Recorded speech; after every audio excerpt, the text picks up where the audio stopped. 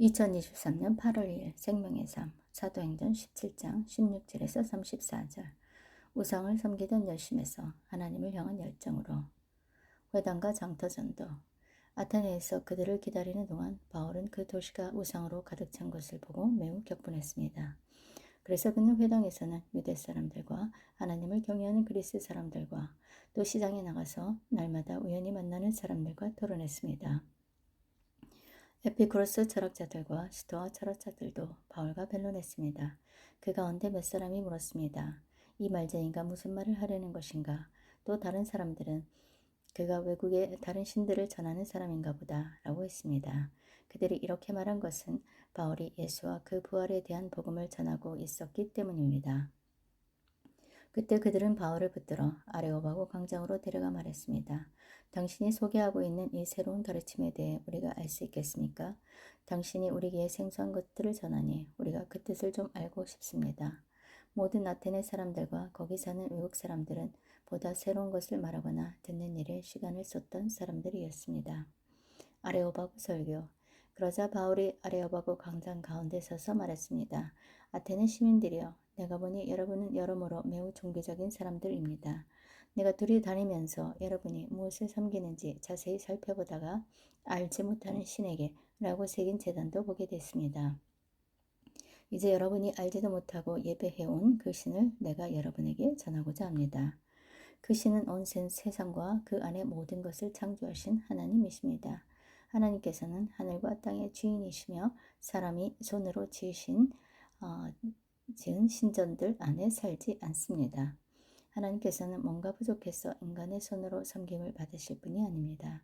하나님께서는 바로 모든 사람에게 생명과 호흡과 다른 모든 것을 주시는 분이시기 때문입니다.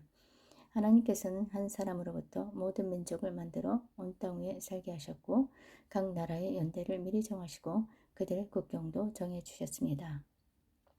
이렇게 하신 것은 사람들이 하나님을 찾기를 바라시기 때문입니다.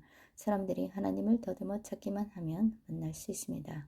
사실 하나님께서는 우리 각 사람과 그리 멀리 떨어져 계시지 않습니다. 왜냐하면 하나님 안에서 우리가 살고 움직이고 존재하기 때문입니다.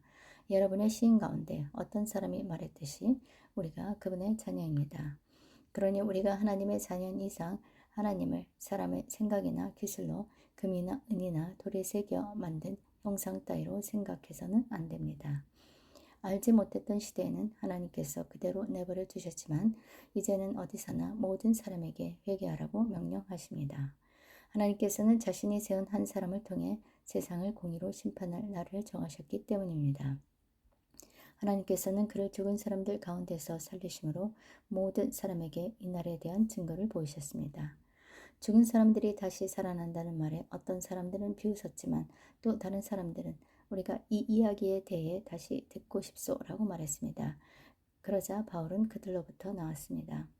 그때 몇 사람들은 바울을 따르며 믿게 됐습니다. 그 가운데 디오누시오라는 아레오바고 의회원과 다말이라는 여인과 그 외에 몇 사람이 더 있었습니다. 아멘.